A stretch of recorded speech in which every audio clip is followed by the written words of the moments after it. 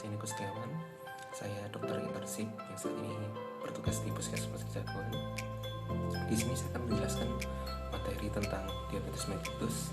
Mohon disimak video berikut ini. Terima kasih. Diabetes mellitus tipe 2. Apa itu diabetes mellitus tipe 2? Diabetes mellitus tipe 2 adalah penyakit kronis yang disebabkan oleh ketidakmampuan tubuh untuk memproduksi hormon insulin atau karena penggunaan yang tidak efektif dari produk insulin. Lalu, apa pembagian dari diabetes mellitus? Ya, secara umum dibagi menjadi dua, yaitu ada diabetes tipe 1 dan 2. Nah, untuk penyebabnya dari diabetes tipe 1 yaitu idiopatik atau karena gangguan proses imunologi. Nah, mekanismenya tidak adanya produksi dari insulin itu sendiri. Nah, kemudian untuk tipe 2 dari gaya hidup yang tidak sehat, kemudian pada akhirnya itu mekanisme terganggu, yaitu penggunaan insulinnya jadi tidak efektif. Lalu faktor risiko diabetes itu sendiri adalah bisa mempengaruhi kelebihan berat badan dan menjadi obesitas, kemudian kebiasaan makan yang tidak sehat, kurangnya olahraga, kemudian riwayat keluarga yang menderita diabetes bisa menjadi salah satu faktor risiko. Kemudian tanda dan gejala dari diabetes adalah rasa haus yang berlebih, banyak makan, penurunan berat badan, dan merasa sering kencing.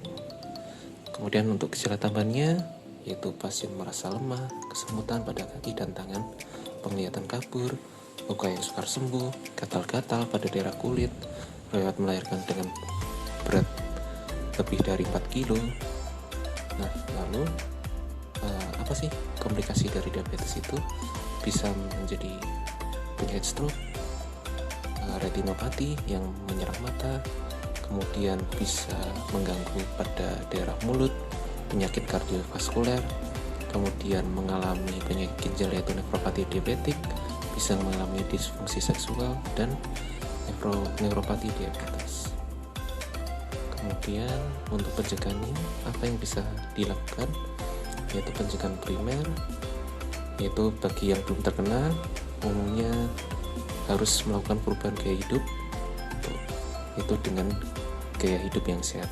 Kemudian pencegahan sekundernya bagi penderita diabetes yaitu pencegahan terjadinya komplikasi, yaitu dengan kontrol kadar gula darah yang harus rutin minimal 1 bulan sekali. Untuk pencegahan tersiernya bagi penderita diabetes dengan komplikasi, pencegahannya yaitu agar tidak menjadi kecacatan. Nah, untuk diagnosis dari diabetes yaitu dilihat apakah ada dan gejala DM. Kemudian dilihat juga dari pemeriksaan kadar gula darahnya. Nah, untuk dari hasil pemeriksaan gula darah, jika kadar gula darah sewaktu yaitu angkanya lebih dari 200, kemudian kadar gula puasa lebih dari 126, kemudian untuk kadar gula darah pada 2 jam setelah tes toleransi glukosa yaitu lebih dari 200. Kemudian untuk tata laksana diabetes yaitu terapi gizi, yaitu dengan pengaturan pola makan sesuai kebutuhan, kemudian latihan jasmani, olahraga yang secara teratur, kemudian terapi dengan obat yaitu dengan obat-obatan diabetes, biasanya metformin, klimepirid, dan lain sebagainya. Kemudian ada yang suntikan yaitu dengan insulin. Oke, sekian video dari saya. Terima kasih.